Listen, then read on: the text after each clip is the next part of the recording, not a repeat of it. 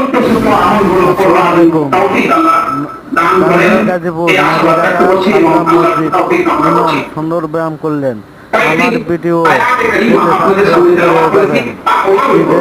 বলেছিলাম তুমি ঠিক আমি মসজিদে যখন থাকে পাই মসজিদে বলেছেন সেই তাকওয়া সবথেকে মোস্ট ইম্পর্টেন্ট গুরুত্বপূর্ণ একটি বিষয়, কমেন্টে জানাবেন। খুবই গুরুত্বপূর্ণ একটি বিষয় তাকওয়া। তাকওয়া মানে আল্লাহ ভীতি।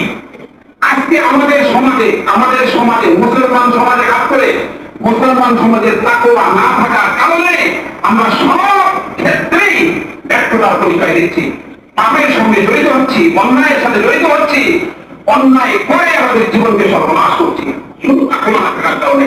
তাকওয়ার বিষয়ে আমাদের দেশে আলেমদের মধ্যে তেমন কোনো বেশি আলোচনা হয় না, যেমন শিরক সম্পর্কে আলোচনা হয় না, বিদআত সম্পর্কে তেমন বেশি আলোচনা হয় না, কিন্তু তাকওয়া সম্পর্কে